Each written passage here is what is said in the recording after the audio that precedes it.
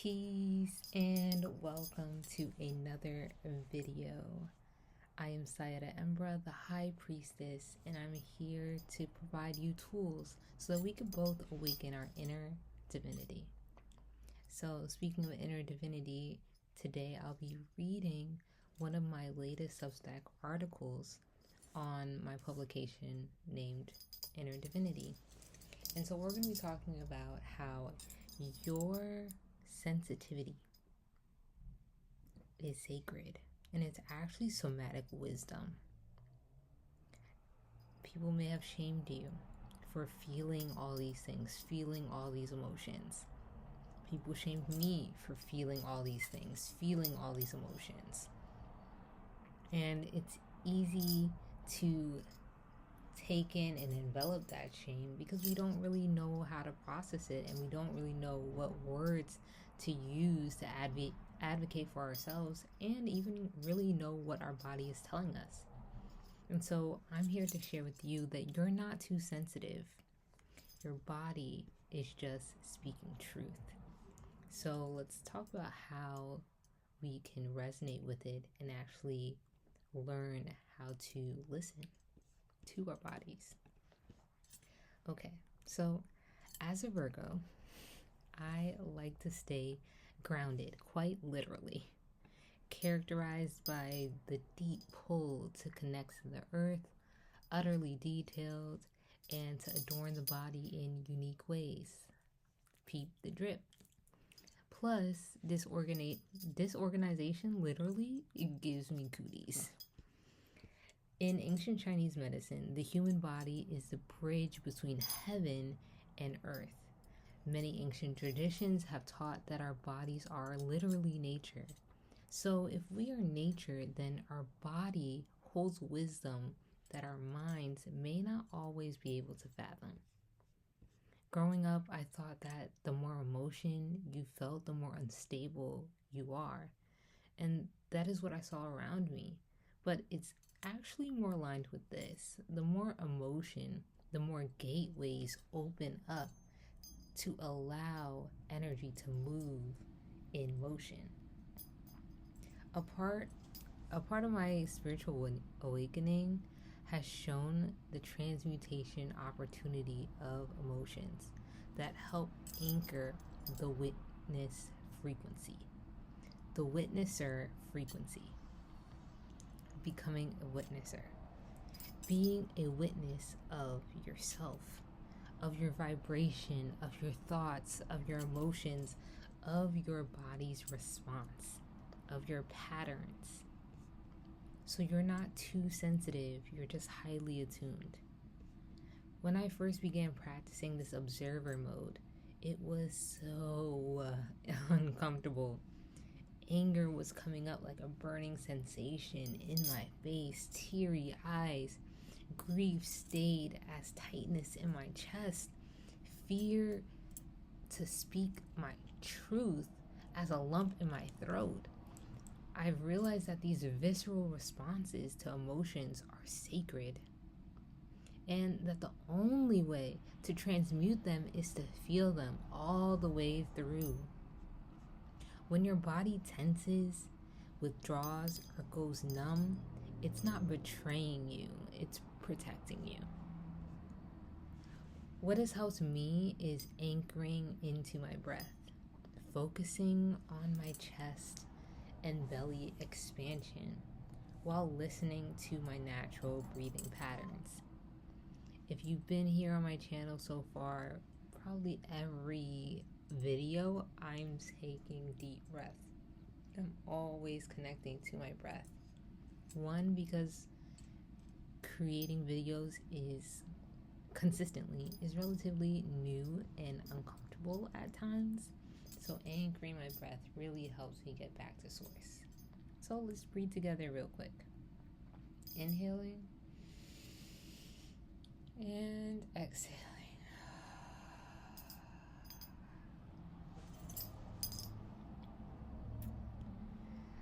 I now know that breath is the gateway between the body and the soul. This is what somatic healing is all about: listening and feeling. feeling and listening. So in this video, we'll explore the unique meaning of sensitivity, trauma versus intuition, nervous system regulation, and how to honor your sensitivity data.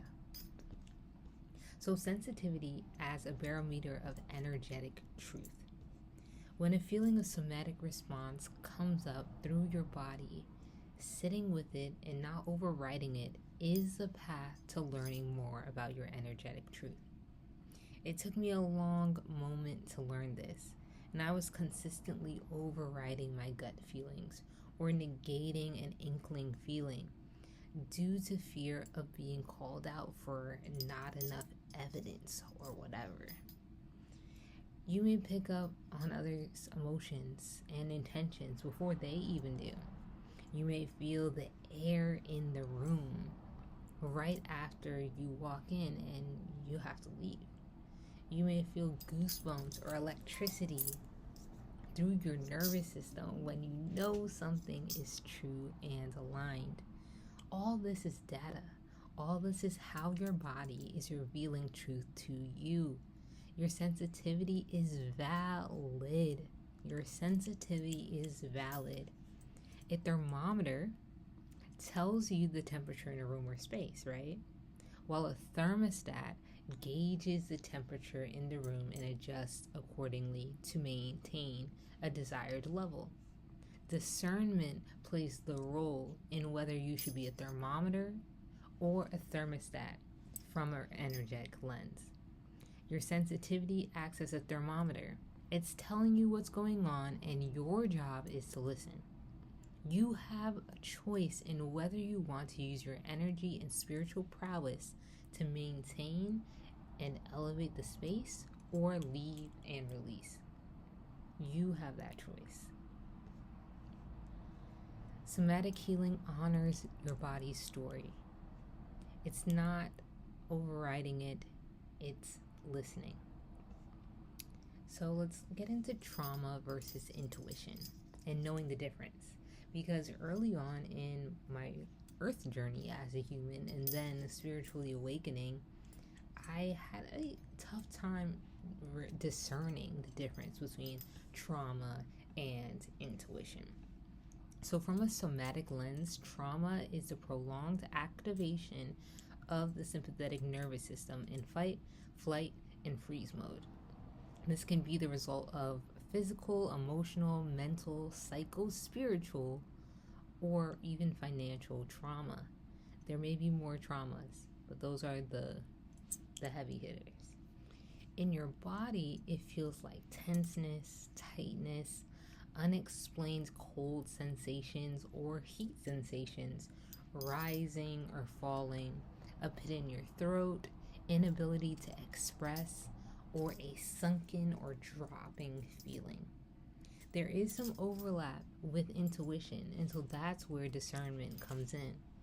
So let's talk more about intuition. This is the language from source funneled through your nervous system. That is how it lands in the body. Our intuition speaks differently, but there are some commonalities. These common experiences can include a loud stillness within you, loud and deep, electricity flowing through you, feeling your chi, feeling your prana, your life's force. Like, a flare is not really the word, but more so like energizing, moving through you.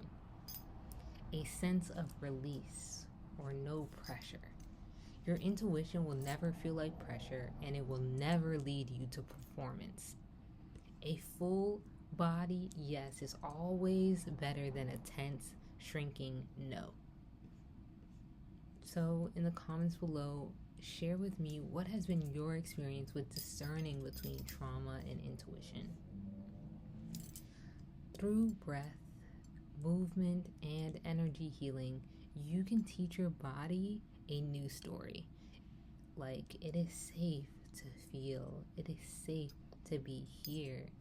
You are okay now.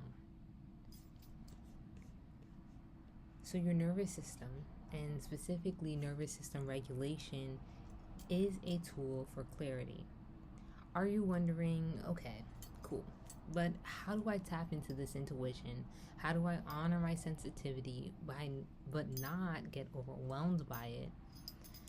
Yeah, trust. I have asked myself this so many times. And here's what I've discovered, and it's pretty simple. Your breath. Like I said before, it's the anchor between your spirit and your body. So when you are feeling a lot of emotions, you're overstimulated, you're tensing up, you simply want to, or you just want to gauge discernment in any particular scenario, breathing is the simplest way to calm your mind and feel into your body. Specifically, listening to your breath, feeling your belly while you breathe. This helps you experience multi-sensory sensations, and that helps us get out of fight or flight mode and into a calmer loop or a calmer spiral. So this calm spiral will open you up to better connection with your soul and accessing discernment and intuition.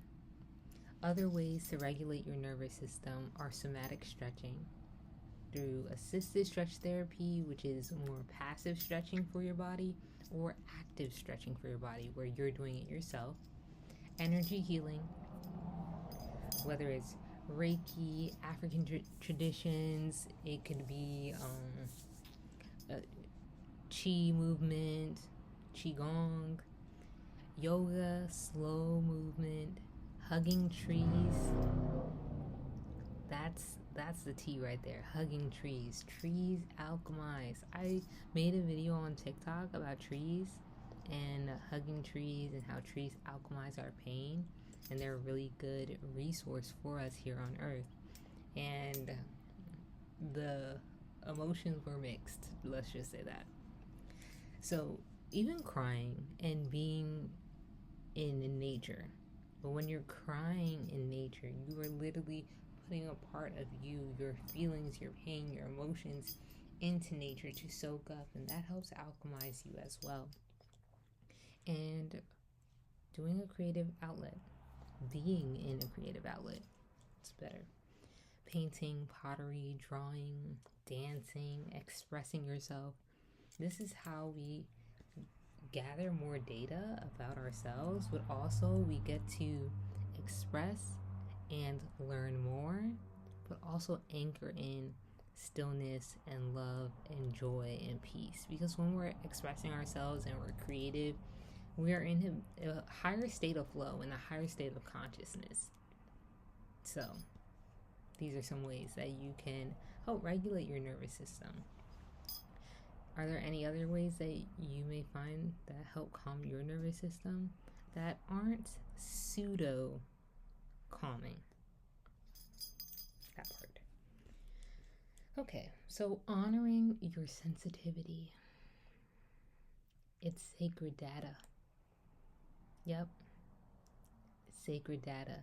You may have never thought that spirituality would have data. You thought that maybe that's only for computers, AI, and nope. You are the main motherboard. You are. And your sensitivity has sacred data. It holds sacred data. So keeping a cycle journal is a new project of mine, and it helps me notice more of myself. So to study myself, not like I'm going to be tested, but for more ways for me to be expressive in my authentic way of being. When I was growing up, there was a lot of shrinking myself and pushing myself down, and so I didn't work out my authenticity muscle. So I became a people pleaser, copy paste of all the people around me, and woke up and I'm like in my 20s essentially, and I'm like, oh my gosh, like I don't really know what I want, who I am, and why I'm here, because I've been listening to everyone else around me, the good and the bad. And so a cycle journal is not just about moon cycles, even though keeping a journal for your moon cycle is phenomenal, great practice. But it's more so our emotional cycles and patterns. I notice myself to be in emotional cycles or patterns very often, and there are certain things that trigger that. So keeping a written log of it helps just bring awareness, but I don't dwell on it. Key, do not dwell on it. Bring it to the forefront, okay, then get into meditation or get into the flow state. Go for a run, go for a jog, go dance, whatever, so that you can get out of your mind. But once you're aware of it and then you hop into your body, that helps recreate a loop, and it decreases those emotions, their power over you. So these are 3 things that I like to notice and I write down in the journal. What triggers low frequency emotional loops? 2, who triggers pain frequencies? And 3, where or what the environment is do these happen? Where do these happen? So what's the environment? When I wasn't honoring my sensitivity, I'd allow others to diminish my feelings and not say anything more. Lack of boundaries and self-betrayal were rampant.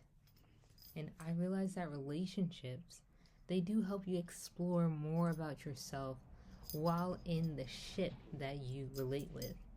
They're mirror reflections here to aid our soul's evolution. However, it wasn't until I began to take accountability for my own frequency, for my sacred energy body, where I would actively cultivate an amount of presence that grounded me in any situation. Now, I'm not always grounded all the time. And as humans, we probably won't always be grounded all the time. But feeling into that presence, feeling into consciousness, stillness, honing in on that awareness now allows us to always shift back to that source frequency. No matter what's happening, you can always shift back. So this data isn't to be overanalyzed or studied. Like I said, it's meant to be a bridge to greater awareness and to release what you are allowing to continuously bubble up and trigger you. So embracing radical responsibility, that makes your ego nervous. It makes mine nervous. But it can be uncomfortable, yes, especially as a recovering people pleaser around energy vampires. Yet, this radical responsibility for your vibration and your frequency launches you into sovereignty over your nervous system, your emotions, and what you allow to stay in your body. Key, what you allow to stay in your body. So this is nervous system alchemy. This is how trauma unwinds, not in the mind, but in the flesh. You were never too much. You were just tuned in. You were never too much. You were just tuned in. And so I am here as a reflection to remind you that you were never too much. And being tuned in is a blessing in disguise. Your activated sixth sense, your North Star. Your body has been telling you the truth the whole time. So stop betraying yourself and embrace the somatic data within. Your softness. Your softness is your sovereignty, and your body knows the way home. Peace, namaste, love, and more power to you.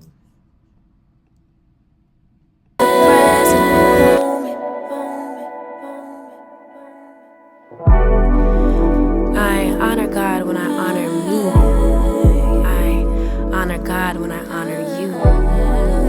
You honor God when you honor me. If you don't honor God, you honor